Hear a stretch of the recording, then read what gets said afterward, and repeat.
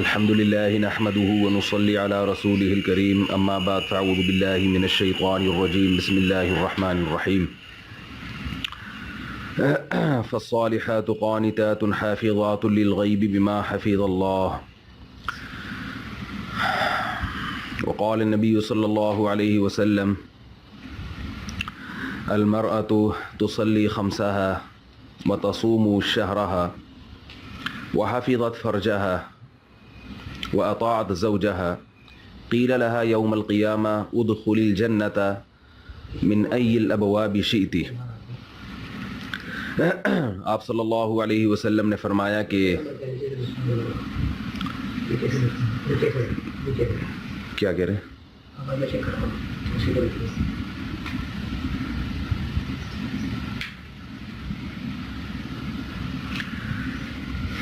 بسم اللہ الرحمن الرحیم۔ بیان چونکہ خاص خواتین میں ہے، اسی لیے میں خواتین ہی کے جو شرعی احکام ہیں ان سے متعلق کچھ باتیں کروں گا، اور میرے اس بیان کو بیان نہ سمجھا جائے بلکہ نبی صلی اللہ علیہ وسلم نے اور قرآن و حدیث نے اور قرآن مجید نے جو خواتین کو احکامات دیے ہیں، بس ان احکامات کا ایک تکرار ہے۔ میری نیت یہ ہے کہ میں ان احکامات کا تکرار کروں گا کہ مسلمان عورت کو کیسا ہونا چاہیے، اور کون سے وہ بنیادی احکام ہیں جن پر اسلام نے بہت زیادہ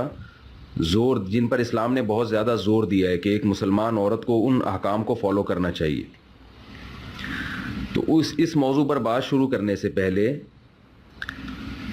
تمہید کے طور پر ایک بات خوب اچھی طرح سمجھ لینی چاہیے کہ ہمیں پہلے یہ فیصلہ کرنا چاہیے کہ ہمارا لائف اسٹائل کون سا ہوگا، ہم کس کلچر کو فالو کرنے والے ہیں۔ ہماری پوری زندگی گزر جاتی ہے اور ہمیں یہی سمجھ میں نہیں آتا کہ ہم انگریز ہیں یا ہم مسلمان ہیں، ہم نے کس کی اتباع کرنی ہے، کس کو فالو کرنا ہے، پوری زندگی گزر جاتی ہے۔ دیکھیے، ایک انسان ایسا ہو جس کا مقصد ہو، چاہے وہ مقصد غلط ہی کیوں نہ ہو، وہ اس سے بہرحال بہتر ہے جس کے لائف کا، جس کی زندگی کا سرے سے کوئی مقصد ہی نہ ہو۔ ایسے لوگ آپ نے دیکھے ہوں گے جو جانوروں کی طرح زندگی گزارتے ہیں، جن کا کوئی ہدف ہی نہیں ہے۔ تو ہم میں سے جو مسلمان ہیں، چاہے وہ مرد ہوں چاہے وہ عورتیں ہوں، ہم میں سے اکثریت کا کوئی ہدف ہی نہیں ہے۔ غیر مسلموں کا ہدف ہوتا ہے، وہ الگ بحث ہے کہ وہ ہدف غلط ہوتا ہے، لیکن ان کا زندگی میں کوئی ایم ہے، کوئی ویژن ہے، اس ویژن کو وہ سامنے رکھ کر زندگی گزارتے ہیں۔ ہمارا کوئی ایم ہی نہیں ہے، ہم کیا ہیں؟ ہم مقلد ہیں، ہم گوروں کی تقلید کر رہے ہیں۔ ہم یہ نہیں دیکھتے کہ وہ صحیح راستے پہ چل رہے ہیں یا غلط راستے پہ چل رہے ہیں۔ تو جتنی خواتین یہاں بیان سننے کے لیے آئی ہیں، میں تمہید کے طور پر اپنی بات شروع کرنے سے پہلے ان سے یہ کہوں گا کہ پہلے یہ فیصلہ کریں کہ ہم کیا ہیں۔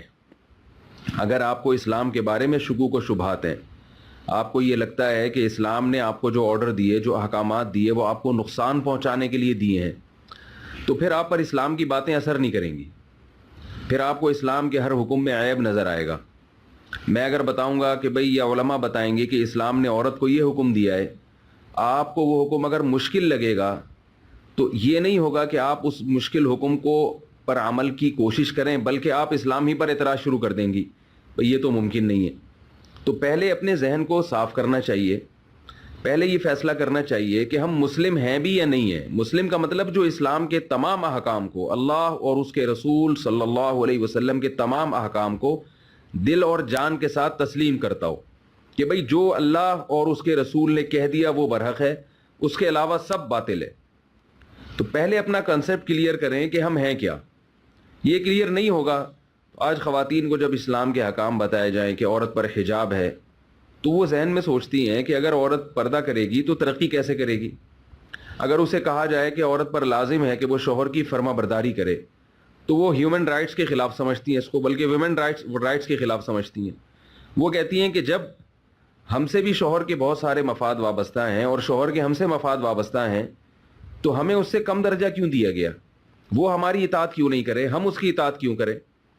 جب ان سے کہا جائے کہ بھئی اپنے بڑوں کا احترام کریں، بہو ہے تو وہ ساس کی خدمت کرے، اس کے بزرگوں کی جگہ ہے وہ، تو بہو کو یہ اعتراض ہوگا کہ میں کیوں خدمت کروں، میں تو اپنے شوہر کے لیے آئی ہوں، میں اس کی ماں کی خدمت کے لیے تو نہیں آئی۔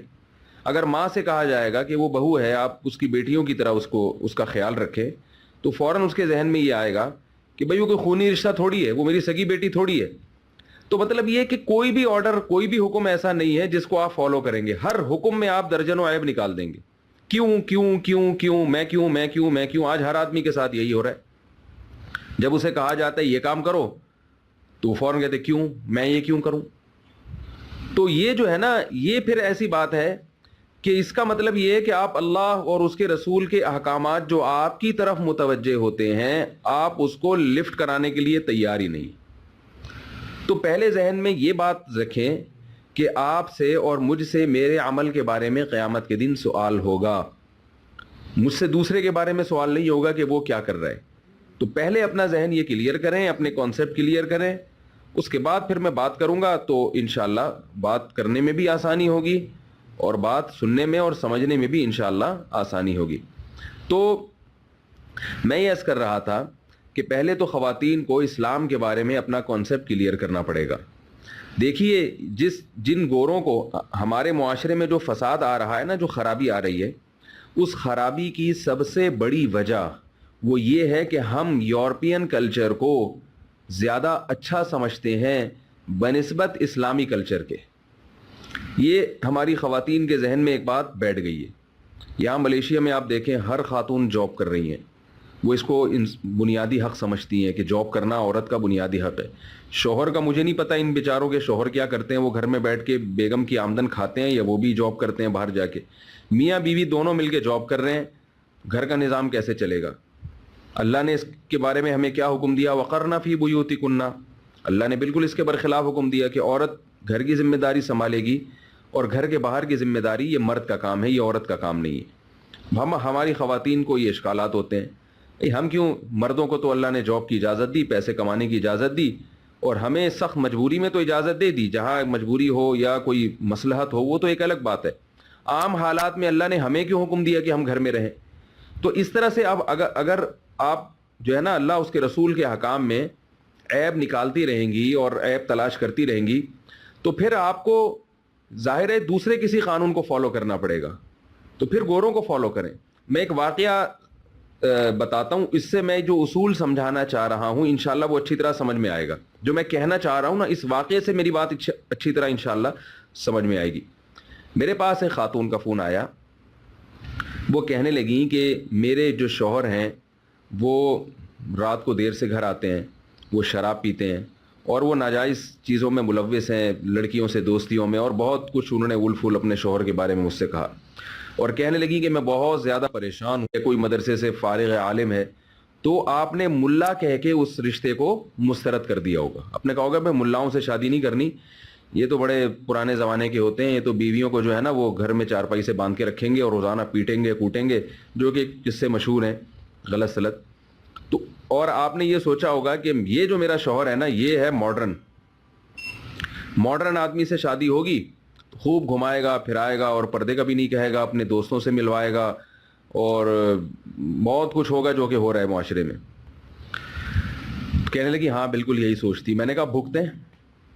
ماڈرن جو ہے نا, ماڈرن جو ضرورت سے زیادہ ماڈرن ہونے کی کوشش کرتا ہے, اس کو چونکہ اب کوئی مذہب کو فالو نہیں کر رہا نا, وہ جو ماڈرنزم ہے نا وہ تو یہی کہتا ہے, ماڈرنزم تو یہی کہتا ہے کہ بھائی جب بیوی شریعت کے حکام کی پابند نہیں ہے تو پھر شوہر بھی پابند نہیں ہے.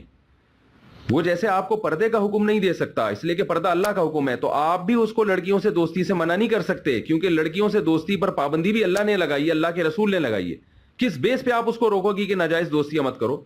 آپ یورپ کے کلچر کو اگر فالو کر رہی ہو تو یورپ میں تو یہی کلچر ہے, بیوی ایک ہے اور لڑکی دوستیاں ہزاروں ہیں. اس لیے میں خواتین سے کہہ رہا ہوں کہ اپنا قبلہ درست کریں, ایک سسٹم کو فالو کریں. آپ ایک سسٹم کو, یا تو یورپ کے سسٹم کو فالو کریں یا اللہ اس کے رسول صلی اللہ علیہ وسلم کے سسٹم کو فالو کریں. دو سسٹم ایک ٹائم پہ نہیں چل سکتے. انسان دو کشتیوں میں ایک وقت میں سوار نہیں ہو سکتا. آپ بس میں جا رہے ہیں, کسی نے آپ کو بتایا کہ یہ والی بس جو ہے یہ سیدھے راستے پہ جائے گی, یہ آپ کو مثال کے طور پر آپ کو کہیں بھی جانا ہے, حیدرآباد جانا ہے کراچی سے, آپ نے کہا یہ والی بس صحیح جا رہی ہے, دوسرے کا نہیں یہ والی بس حیدرآباد جا رہی ہے. تو اب آپ وہاں کھڑے ہو کر فیصلہ کریں گے بھائی پتہ نہیں کون سی جا رہی ہے, یہ والی جا رہی ہے کہ وہ والی جا رہی ہے. اس فیصلے میں آپ ٹائم لگائیں گے. لیکن آپ کو فیصلہ نہیں ہو پا رہا کہ یہ والی جا رہی ہے کہ وہ والی جا رہی, تو آپ کسی ایک میں سوار ہو جائیں گے اللہ توکل کر کے کہ اللہ چلو دعا کر کے استخارہ کر کے اللہ پہ توکل کر کے کسی ایک میں سوار ہو جائیں گے. ایسا نہیں کریں گے کہ دونوں میں آدھا آدھا پاؤں رکھیں, ایک پاؤں اس بس میں اور ایک پاؤں اس بس میں, کہ اب پتہ نہیں چل رہا کہ یہ والا راستہ صحیح ہے یا وہ والا راستہ صحیح ہے, یہ بس صحیح راستے پہ جا رہی ہے یا وہ بس صحیح راستے پہ جا رہی ہے. تو آپ نے کیا کیا, آپ نے کہا چلو ایک ٹانگ اس بس میں اور ایک ٹانگ دوسری بس میں, تو ظاہر ہے پھر تو نہ ادھر کے رہیں گے نہ ادھر کے رہیں گے. تو ہماری حالت بھی یہی ہے, ہمیں یہ سمجھ میں ہی نہیں آ رہا کہ ہم نے شریعت کو پورا فالو کرنا ہے یا انگریزوں اور کافروں کے راستے کو فالو کرنا ہے. نہ ہمارے مردوں کی سمجھ میں یہ بات آ رہی ہے اور نہ ہماری خواتین کی سمجھ میں یہ بات آ رہی. مرد بھی آدھے انگریز بنے ہوئے ہیں, آدھے مسلمان بنے ہوئے ہیں. جمعے کے دن مسلمان بن جاتے ہیں. یہاں مجھے مولانا احمد رئیس صاحب جو مسجد کے امام ہیں اور یہاں جن کی میزبانی میں ہوں یہاں پہ, انہوں نے مجھے بتایا کہ یہاں علماء بھی ایسا کرتے ہیں. وہ علماء ویسے عام دنوں میں پینٹ شرٹ پہن کے گھوم رہے ہوتے ہیں, جمعے کے دن جبے اور پگڑی پہن کے وہ جمعہ پڑھانے کے لیے آ جاتے ہیں. تو ٹھیک ہے نا, یورپ کے کلچر کو بھی فالو کیا جا رہا ہے اور علماء اپنے کلچر کو بھی فالو کر رہے ہیں. خواتین کا بھی ایسے ہی حساب ہے, عمرہ کرنے جاتی ہیں, اسکارف پہنا ہوا ہے, پورا لباس ماشاءاللہ ایسا لگے گا کہ رابعہ بصریہ تشریف لائی ہیں, اور ایسی وہاں رو رو کے عبادتیں ہو رہی ہیں, طواف ہو رہا ہے. اور لوگ بتاتے ہیں کہ جب یہ جو غیر ملکی خواتین ہیں, خاص طور پہ جو پاکستان کے علاوہ, انڈیا پاکستان کے علاوہ ملکوں کی خواتین ہیں, مسلم خواتین, ترکی کی, ملیشیا کی, تو وہ ترکی کی خاص طور پہ, تو وہ کیا کرتی ہیں, جیسے ہی جہاز میں بیٹھی اور حدود حرم سے باہر نکلی ہیں تو وہ جناب ان کا وہ اسکارف اور سب پردہ ایک دم سے اتر جاتا ہے کہ بھئی وہ سچویشن ہے. یہ ایسے ہی ہے, ہم دو راستے اختیار کر رہے ہیں, دونوں راستوں میں ٹانگ ہم نے رکھی ہے, ٹھیک ہے نا, اور لانڈی جانے کے لیے, اور دوسری ٹانگ ہم نے 4G میں جو ہے نا. تو یہ عجیب سی سچویشن ہے کہ, اور پھر چلو ایک بس اگر حیدرآباد جا رہی ہو, دوسری حیدرآباد ہی کے قریب کسی شہر میں جا رہی ہو, تو بھی آپ دو بسوں میں, ایک ٹانگ آپ نے ایک بس میں رکھی, دوسری ٹانگ دوسری بس میں, تو چلو کافی حد تک تو اکٹھے چلیں گے نا. تھوڑی سی کنفیوژن ہوگی, لیکن اب سوچیں کہ ایک بس جا رہی ہے حیدرآباد اور دوسری بالکل اس کے اپوزٹ جا رہی ہے, وہ کوئٹہ جا رہی ہے, تو پھر تو ناممکن ہے ان دو بسوں میں سوار ہونا. اسلام کا راستہ بالکل اپوزٹ ہے اس راستے کے جس راستے پر یورپ چل رہا ہے, جس راستے پر انگریز چل رہے ہیں, بالکل دو اپوزٹ راستے ہیں. اللہ تعالیٰ قرآن مجید میں فرماتے ہیں واللہ یدعو الی دار السلام, اللہ تمہیں جنت کے راستے کی طرف بلا رہا ہے اور غیر مسلم تمہیں جہنم کی آگ کی طرف بلا رہا ہے. بالکل اپوزٹ راستے ہیں. تو فیصلہ کریں کہ یہ کیسے ممکن ہے کہ ان دو بالکل اپوزٹ راستوں میں ہم ایک ٹانگ یورپ کی طرف رکھیں اور دوسری ٹانگ اسلام کی طرف رکھیں. اس لیے یہاں جو خواتین بات سننے کے لیے آئی ہیں, میں اس لیے اتنی بات کر رہا ہوں کہ پورا اسلام کوئی نہیں چھوڑتا, اس لیے اس پر تو ہمیں کہنے کی ضرورت نہیں ہے کہ آپ کچھ اسلام کے احکام کو فالو کریں. کچھ احکام کو سب مسلمان فالو کرتے ہیں. دنیا میں جتنے بھی مذاہب ہیں, ان مذہب کے جو فالوورز ہیں وہ اپنے مذہب کو مکمل نہیں چھوڑتے, کچھ نہ کچھ اپنے مذہب کی پابندیوں پہ عمل کرتے ہیں. ہندو بھی کبھی نہ کبھی مندر چلا جاتا ہے, چاہے وہ کتنا ہی لبرل کیوں نہ ہو, کتنا ہی سیکولر کیوں نہ ہو, کبھی نہ کبھی وہ بھی مندر چلا جائے گا. نہیں تو کم از کم وہ ہندوؤں کا جو مخصوص دن ہوتا ہے, تہوار ہوتا ہے, اس میں تو وہ بھی سیلیبریٹ کر لیتا ہے. عیسائی چاہے اپنے مذہب سے کتنا دور کیوں نہ ہو, کبھی نہ کبھی وہ بھی اپنا ثابت کر دیتے ہیں کہ ہم عیسائی ہیں. کرسمس تمام عیسائی مناتے ہیں جو کہ ان کا مذہبی تہوار ہے, تمام عیسائی کبھی نہ کبھی چرچ میں عیسائی چلے جاتے ہیں. تو دیکھیے کچھ نہ کچھ مذہب کو فالو کرنے والے ہر مذہب میں موجود ہیں, باطل لوگوں میں بھی اور اہل حق میں بھی. تو یہ کوئی کمال کی بات نہیں ہے کہ ہم کبھی کبھی جمعے کی نماز پڑھ لیا کریں, کبھی کبھی بیٹھ کے علماء کے بیان سن لیا کریں.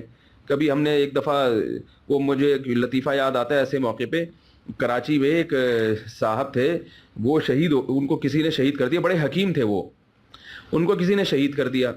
اب جب شہید کیا نا تو ہمارے مدرسے کے طلبہ آپس میں بیٹھ کے بحث کرنے لگے کہ وہ اچھے آدمی تھے کہ برے آدمی تھے.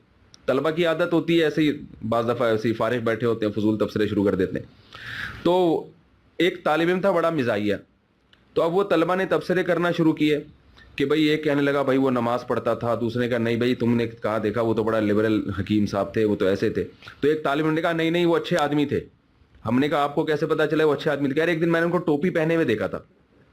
میں نے ایک دن دیکھا تھا وہ ٹوپی پہن کے گھوم رہے تھے. ظاہر ہے ٹوپی تو ایک کبھی ٹوپی پہن لی, کبھی خاتون نے اسکارف لے لیا, کبھی تھوڑی سی رمضان میں ایک چند روزے رکھ لیے. تو ایسا نہیں ہے. اللہ تعالیٰ کا ارشاد ہے ادخلوا فی السلم کافہ. تو اب یہ بات آپ سوچ لیں کہ ظاہر ہے اسلام کو ہم نہیں چھوڑ سکتے. اسلام کے علاوہ جو ہے نا وہ راستے جہنم کی آگ ہیں, دنیا بھی آگ ہے اور آخرت بھی آگ ہے.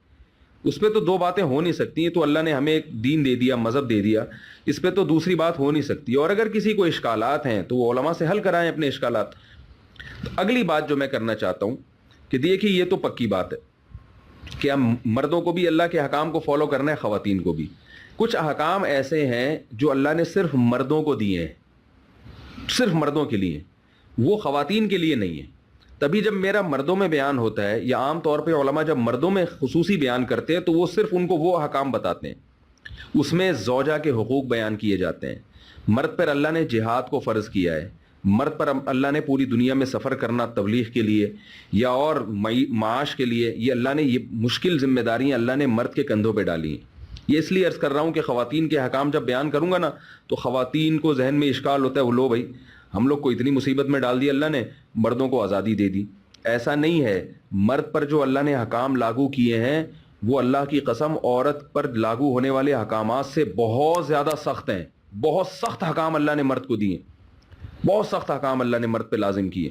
تو ان میں حقوق اللہ میں جو اللہ نے حکم لازم کیا, وہ جب بھی جہاد کا موقع آئے گا, اپنے ملک کی دفاع کی بات ہوگی, اپنے مذہب کی دفاع کی بات ہوگی, تو مرد پر لازم ہوگا کہ وہ اپنی جان ہتھیلی پر رکھ کر میدان جنگ میں لڑے اور اپنی جان اللہ کے سامنے پیش کرے. عورت پر لازم نہیں ہوگا. یہ کتنا مشکل حکم ہے. یہ کہنا آسان ہے. جو آرمی کے جو لوگ جنگوں میں جاتے ہیں اور جو لڑائی کرتے ہیں ان سے ذرا آپ جا کے پوچھئے تو وہ بتائیں گے کہ کیا ہوتا ہے. ہاتھ پاؤں ٹوٹ جاتے ہیں. میں نے خود دیکھے ایسے لوگوں کو, نابینا ہو گئے میدان جنگ میں, سماج چلی گئی, دونوں ٹانگیں کٹ گئیں اور جو ہے نا چیتھڑے اڑ گئے. تو مرد پر اللہ نے حکام. پھر اللہ تعالیٰ نے مرد پر جو بیوی بچوں کی ذمہ داری ڈالی ہے, یہ بہت مشکل حکم ہے اور یہ شریعت نے ڈالی ہے. فقہاء نے مسئلہ بیان کیا ہے کہ عورت کروڑ پتی کیوں نہ ہو اور مرد غریب کیوں نہ ہو, پھر بھی تمام تر ذمہ داری مالی اللہ نے مرد کے کندھوں پہ ڈالی ہے. یعنی میں اس کو ایک مثال سے سمجھاتا ہوں. دیکھیے اسلام کا کیسا عجیب حکم ہے یہ کہ ایک عورت ماہانہ پاکستانی 1 کروڑ روپے کما رہی ہے.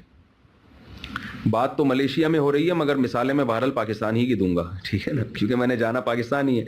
تو ہم تو W11 ہی کی مثال دیں گے بھائی. تو یہاں تو ہمیں نظر نہیں آئی W11, یہاں تو بسیں اتنی خوبصورت ہیں, وہ تو آدمی کا دل ہی نہیں چاہتا بس سے اترنے کا. تو اللہ تعالیٰ نے یعنی کسی کی بیوی جو ہے 1 کروڑ روپے ماہانہ کما رہی ہے, کوئی بھی ذریعہ آمدن ہے اس کا, اور شوہر کی آمدن ہے 10,000 روپے. ایک مثال سے بات سمجھا رہا ہوں. تو اس بیوی کی تمام تر ذمہ داری, اس کو کھلانا پلانا, اس کے لباس کا خرچہ, اس کی اولاد کا خرچہ, بچوں کی اسکول کی فیسیں, بچوں کی بیماریوں کا خرچہ, یہ تمام تر خرچے اللہ نے شوہر پہ ڈالے جو کہ 10,000 روپے کما رہے ہیں. اور بیوی کتنا کما رہی ہے؟ 1 کروڑ روپے. اس بیوی پر اس 1 کروڑ پر کوئی ذمہ داری نہیں ڈالی شریعت نے. یعنی عورت پر یہ ذمہ داری نہیں ہے کہ وہ 1 کروڑ کما رہی ہے تو اب وہ شوہر کو کھلائے گی. نہ, وہ شوہر سے پھر بھی خرچہ لے گی, شوہر سے پھر بھی خرچہ لے گی. اسی طرح اپنے بچوں کا خرچہ بھی اپنے شوہر سے لے گی. وہ کتنی بڑی ذمہ داری اللہ نے مرد کے کندھوں پہ ڈال دی. جو عورتیں کما نہیں رہی ہیں ان کو وراثت میں پیسہ ملا. ایک عورت کو اپنے باپ سے طارق روڈ پر دکان مل گئی 2 کروڑ کی, اور اس دکان کی ارننگ, اس دکان کا کرایہ 1 لاکھ یا 2 لاکھ روپے ماہانہ آنا شروع ہو گیا. شوہر صاحب 50,000 کما رہے ہیں. بیگم صاحبہ کو ابا سے جو وراثت ملی تھی وہ وراثت میں اس کو دکان سے جو کرایہ آ رہا ہے وہ ہے 2 لاکھ روپے. اب بیگم کی انکم کتنی ہوئی؟ 2 لاکھ. شوہر کی ارننگ کتنی ہے؟ 20,000. تو یہاں بھی بیوی کو لباس دینا, بیوی کو خرچہ دینا, خوراک کا, گھر میسر کرنا, گیس بجلی کا بل دینا, اس کے بچوں کی اسکول کی فیسیں, اس کے بچوں کی خوراک اور لباس کا خرچہ اللہ نے اس 20,000 والے غریب پر ڈالا ہے. آپ اندازہ لگائیے. اللہ نے یہ کیا کہا ہے کہ تمہاری بیوی اگر 2 لاکھ بھی اس کی آمدن آ رہی ہے نا, دکانوں کا کرایہ آ رہا ہے, تو وہ صرف اسی کا ہے, ذمے نہیں. وہ الگ بات ہے اپنے شوہر پہ خرچ کرنا, اس کے لیے ثواب کی بات ہے, بچوں پہ خرچ کرنا ثواب بہت ملے گا, لازم نہیں ہے. شوہر پر لازم ہے. اب شوہر یہ نہیں کہہ سکتے اللہ میں 20,000 روپے کما رہا ہوں. اگر شوہر کسی مفتی صاحب کے پاس آئے بولے کہ مفتی صاحب میں صرف 20,000 روپے کماتا ہوں اور مجھے میری بیگم نے خرچہ کرا کے ادھموا کر دیا, جیسے کہ آج کل یہ میرے سامنے تو 3 ہی شوہر بیٹھے ہوئے ہیں اس وقت, ٹھیک ہے نا, ان کی کیا رپورٹ ہے اللہ ہی جانتا ہے. تو وہ یہ نہیں کہہ سکتا کہ بھائی میں کیوں, میں جب بیگم میری 2 لاکھ روپے اس کی دکانوں سے آمدن آتی ہے تو میں کیوں خرچ کروں, میں تو 20,000 میں کیسے کروں گا. کسی بھی مفتی کے پاس آئے نا, چاہے وہ کسی بھی مسلک کے مفتی ہوں, حنفی ہوں, مالکی ہوں, شافعی ہوں, حنبلی ہوں, کسی بھی مسلک کے پاس آئیں, مفتی صاحب انہیں کہیں گے کہ بھائی یہ خرچہ اللہ نے آپ کے کندھوں پہ ڈالا ہے. تو اب دیکھیے اتنی بڑی بڑی ذمہ داریاں, اور بھی بہت سارے احکام ہیں بڑے مشکل. مرد پر جماعت کی نماز لازم ہے. مرد اگر مسجد میں نہیں جا کے نماز پڑھتا سخت گناہگار ہوگا. سردی ہو, گرمی ہو, خزاں ہو, بہار ہو, مرد پر لازم ہے کہ 5 ٹائم وہ اٹھے اور مسجد کی طرف جائے. عورت پر اللہ نے یہ پابندی نہیں کی. اللہ نے کہا کہ بڑا لمبا وقت ہے نماز کا, کسی بھی وقت نماز پڑھ لو, گھر میں پڑھ لو, مسجد میں پڑھ لو, یہ آپشن ہے. ایک انگریز خاتون نے اعتراض کیا مجھ پر کہ اسلام نے عورت پر پابندی کیوں لگائی ہے مسجدوں کے آنے پر. میں نے کہا اسلام نے عورت پر پابندی نہیں لگائی, اسلام نے عورت کو آپشن دیا ہے, اختیارات بڑھا دیے ہیں اس کے. بھائی تمہارے لیے یہ مسجد ہے, یہاں بھی جا سکتی ہو, اور یہ گھر ہے, گھر میں بھی پڑھ سکتی ہو. اسلام نے تو اس کو حقوق زیادہ دے دی, اور مرد پر کہا نہیں تم نے یہاں لازمی جانا ہے. اس کی مثال ایسے ہے جیسے کوئی باس جو ہے نا اپنے جو اس کے ماتحت امپلائیز ہیں کسی کمپنی میں, اس میں جو خواتین ہیں ان کو یہ آپشن دے کہ تم چاہو تو گھر میں بیٹھ کے ہی ورک کر لو اپنے لیپ ٹاپ پہ, اور چاہو تو یہاں کے اٹینڈنس جو ہے نا لگاؤ, اور مردوں کو کہے نہیں تم نے لازمی یہاں آنا ہے. تو دنیا میں کون پاگل ہوگا جو یہ کہے گا کہ اس باس نے اپنی خواتین پر ظلم کیا ہے, بلکہ ان پر تو ان کے اختیارات بڑھا دیے. بھائی تمہیں گھر بیٹھے تنخواہ ملے گی, تمہیں اختیار ہے کہ تم یہاں کے کام کرو یا گھر میں ہی لیپ ٹاپ پہ کام نمٹا کے ای میل کر دو. مردوں پہ پابندی لگائی کہ تم نے یہاں کی حاضری دینی ہے. تو اللہ نے کیا کہا خواتین کو کہ نماز مرد نے بھی پڑھنی ہے, عورت نے بھی. اللہ نے کہا کہ تم مسجد میں آ کے حاضری لگاؤ یا گھر میں ہی نماز پڑھ لو, یہ تمہیں اختیار ہے. مرد کو کہا کہ تم جب تک لا صلاۃ لجار المسجد الا فی المسجد, نبی نے فرمایا کہ جو مسجد کے قریب رہتا ہو مرد, اس کی نماز مسجد میں کے علاوہ قبول نہیں ہوگی. اتنا سخت نبی صلی اللہ علیہ وسلم نے حکم دیا. تو اب دیکھیے مردوں کو بہت سارے حکام دیے ہیں اللہ تعالیٰ نے, تو لیکن ان حکام کی نوعیت الگ ہے. کمانے کی ذمہ داری مرد پر, یہ عورت پر نہیں.